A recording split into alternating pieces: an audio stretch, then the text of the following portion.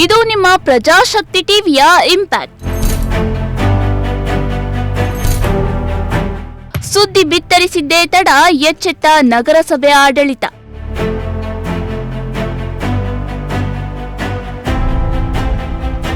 ತುಕ್ಕು ಹಿಡಿಯುತ್ತಿದ್ದ ಕೊಳವೆ ಬಾವಿಗೆ ಸಿಕ್ತು ಮುಕ್ತಿ.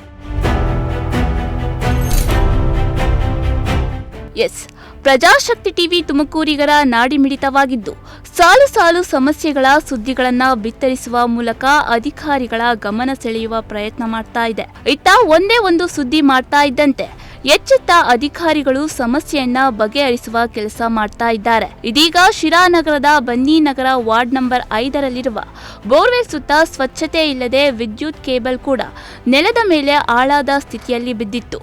ಈ ಬಗ್ಗೆ ನಿಮ್ಮ ಪ್ರಜಾಶಕ್ತಿ ಟಿವಿ ಸುದ್ದಿಯನ್ನ ಬಿತ್ತರಿಸಿತ್ತು.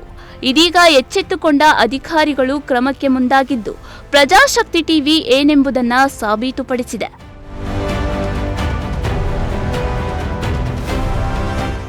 ನಗರದ ವಾರ್ಡ್ ನಂಬರ್ 5ರ ಮಾಧವ ಶಾಲೆ ಸಮೀಪ ಇರುವ ಬೋರ್ವೆಲ್ಗೆ ಅಳವಡಿಸಿರುವ ಕೇಸಿಂಗ್ ತುಕ್ಕು ಹಿಡಿದು ಹಾಳಾಗಿದ್ದು, ರಸ್ತೆಯ ಕಸ ಸೇರಿದಂತೆ ವಿಷಕಾರಿ ಜಂತುಗಳು ನೀರಿಗೆ ಸೇರುವ ಸಾಧ್ಯತೆ ಹೆಚ್ಚಾಗಿತ್ತು. ಅಲ್ಲದೆ ಬೋರ್ವೆಲ್ ಅನ್ನ ಸರಿಯಾಗಿ ಮುಚ್ಚದೆ ಹಾಗೆಯೇ ಬಿಟ್ಟಿದ್ದು, ಅದಕ್ಕೆ ಅಳವಡಿಸಿರುವ ವಿದ್ಯುತ್ ಕೇಬಲ್ ಕೂಡ ನೆಲದ ಮೇಲೆ ಆಳಾದ ಸ್ಥಿತಿಯಲ್ಲಿ ಬಿದ್ದಿತ್ತು. ಇದರಿಂದ ಪಕ್ಕದಲ್ಲಿರುವ ಶಾಲಾ ಮಕ್ಕಳಿಗೆ ಅಪಾಯ ಎದುರಾಗುವ ಭೀತಿ ಹೆಚ್ಚಾಗಿತ್ತು. ಇದೀಗ ಪ್ರಜಾಶಕ್ತಿ ಟಿವಿ ವರದಿಗೆ ಎಚ್ಚೆತ್ತ ನಗರಸಭೆ ಆಡಳಿತ ತುಕ್ಕು ಹಿಡಿದಿದ್ದ ಬೋರ್ವೆಲ್ ಕೇಸಿಂಗ್ ಅನ್ನ ಬದಲಿಸಿ ದುರಸ್ತಿ ಕಾರ್ಯ ಕೈಗೊಂಡಿದ್ದು, ಇದು ಪ್ರಜಾಶಕ್ತಿ ಟಿವಿಯ ಬಿಗ್ ಇಂಪ್ಯಾಕ್ಟ್ ಆಗಿದೆ.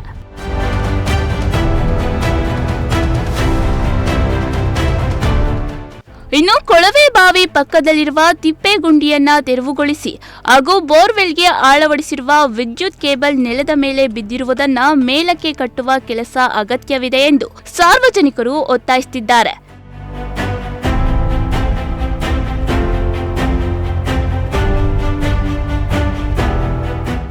ಶ್ರೀಮಂತ್ ಪ್ರಜಾಶಕ್ತಿ ಟಿವಿ ಶಿರಾ.